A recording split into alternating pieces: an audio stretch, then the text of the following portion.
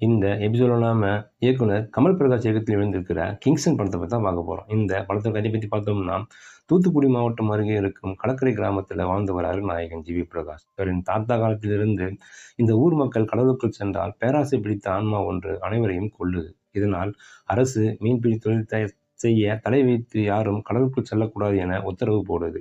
வாழ்வாதாரத்தை இழந்த அந்த ஊர் மக்கள் சுமார் 40 ஆண்டுகளாக மீன் பிடிக்காமல் இருக்காங்க. சூதாட்டம், கடத்தல் செய்து வரும் ஜி.வி. பிரகாஷ் ஒரு கட்டத்துல இதிலிருந்து விலகி கிராம மக்களின் வாழ்வாதாரத்தை மீட்க நினைக்கிறாரு. இதற்காக தன் நண்பர்களுடன் பருமன் நிறைந்த கடலுக்குள் போறாரு.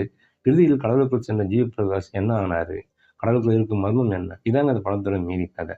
இந்த படத்தில் நான் நடித்திருக்கும் ஜி.வி. பிரகாஷ் மீனவ கிராமத்து கதாபாத்திரத்திற்கு கச்சிதமா பொருந்திருக்காருன்னு சொல்லலாம். ஒரு சில இடங்கள்ல யதார்த்தம் மீறி நடிப்பாக இருந்தாலும் ஒரே மாதிரியான நடிப்பை கொஞ்சம் தவிர்த்திருக்கலாம்னு தோணுது.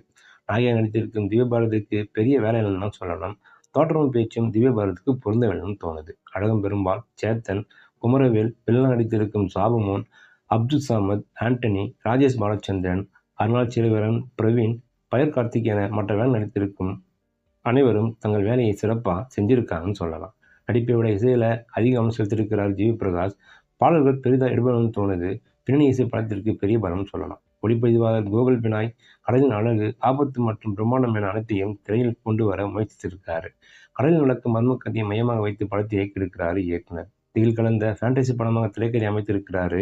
காட்சிகள் எல்லாம் பிரம்மாண்டமாக இருந்தாலும் கதை திரைக்கதை ரசிக்கும்படியாக இல்லாதது வருத்தமா இருக்கு. சொல்ல வந்த விஷயத்தை தெளிவாக சொல்லியிருக்கலாம்னு தோணுது.